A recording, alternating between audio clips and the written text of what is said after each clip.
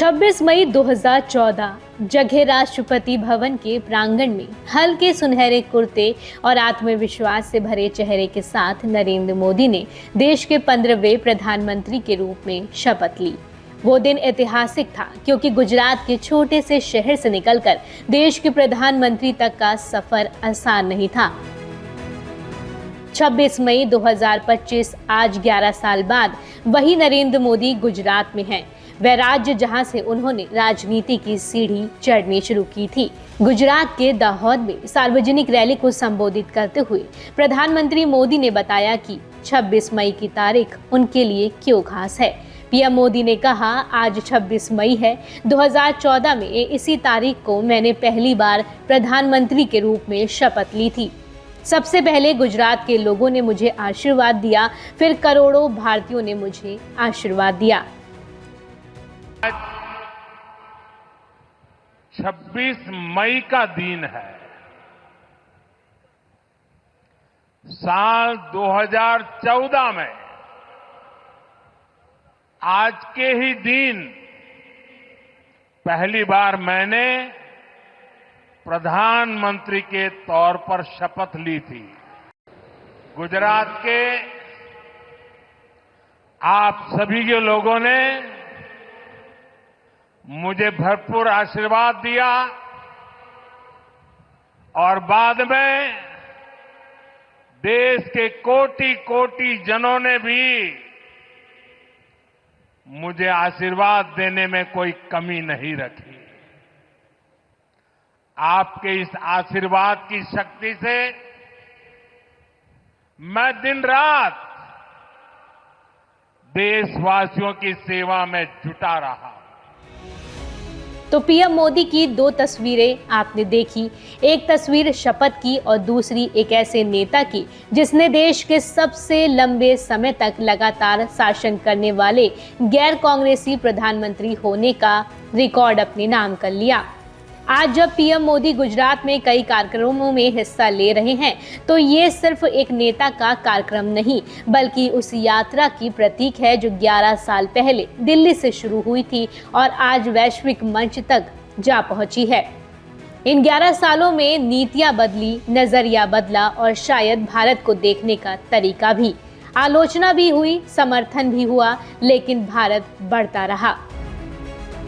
इस एक दशक में क्या कुछ नहीं बदला। चेहरे पर पहले भी आत्मविश्वास था, आज भी है, लेकिन आज वो आत्मविश्वास अनुभव और अंतर्राष्ट्रीय पहचान से भी जुड़ा है। 11 साल में पीएम मोदी की 11 प्रमुख उपलब्धियां। जनधन योजना 2014 में शुरू की गई ये योजना देश के करोड़ों गरीबों को बैंकिंग सिस्टम से जोड़ने का माध्यम बनी। पहली बार बड़ी आबादी को सीधे बैंक खाते, बीमा और आर्थिक समावेशन का लाभ मिला। स्वच्छ भारत मिशन गांधी के स्वप्न को साकार करने के लिए पीएम मोदी ने स्वच्छता को आंदोलन बनाया। 10 करोड़ से ज्यादा शौचालय बने और खुले में शौच की दर में भारी गिरावट आई। जीएसटी लागू करना, विभिन्न करों को खत्म कर पूरे देश को एक राष्ट्र एक कर की नीति से जोड़ा गया। इससे व्यापारिक प्रक्रिया आसान हुई और टैक्स सिस्टम पारदर्शी बना। आयुष्मान भारत योजना गरीबों को 5 लाख रुपए तक का हेल्थ इंश्योरेंस देने वाली ये दुनिया की सबसे बड़ी सरकारी स्वास्थ्य योजना बनी। करोड़ों लोगों को अस्पताल में इलाज मुफ्त मिला। डिजिटल इंडिया, मोदी सरकार ने तकनीक को जन जन तक पहुंचाया। यूपीआई, डिजी लॉकर, डिजिटल भुगतान जैसे प्लेटफॉर्म आम नागरिक की जिंदगी का हिस्सा बने। इंफ्रास्ट्रक्चर में तेजी, एक्सप्रेसवे, रेलवे, एयरपोर्ट और स्मार्ट सिटी प्रोजेक्ट्स में बुनियादी ढांचे को विस्तार मिला। भारत में हर दिन औसतन 37 किलोमीटर हाईवे बनने लगे। अंतर्राष्ट्रीय स्तर पर पहचान, नरेंद्र मोदी ने विदेश नीति को नया आयाम दिया। यूएन से लेकर अमेरिका, जापान और यूएई तक भारत की वैश्विक छवि को मजबूत किया। आत्मनिर्भर भारत अभियान, कोविड-19 के बाद आत्मनिर्भरता को विकास का मंत्र बनाया गया। लोकल मैन्युफैक्चरिंग और एमएसएमई को प्रोत्साहन मिला। अनुच्छेद 370 हटाना। जम्मू कश्मीर को विशेष दर्जा देने वाले अनुच्छेद 370 को हटाकर मोदी सरकार ने एक बड़ा ऐतिहासिक फैसला लिया, जिसे दशकों से लंबित माना जा रहा था। राम मंदिर निर्माण। सुप्रीम कोर्ट के फैसले के बाद अयोध्या में राम मंदिर निर्माण की प्रक्रिया को पीएम मोदी ने नेतृत्व देकर शांति और गरिमामय रूप दिया।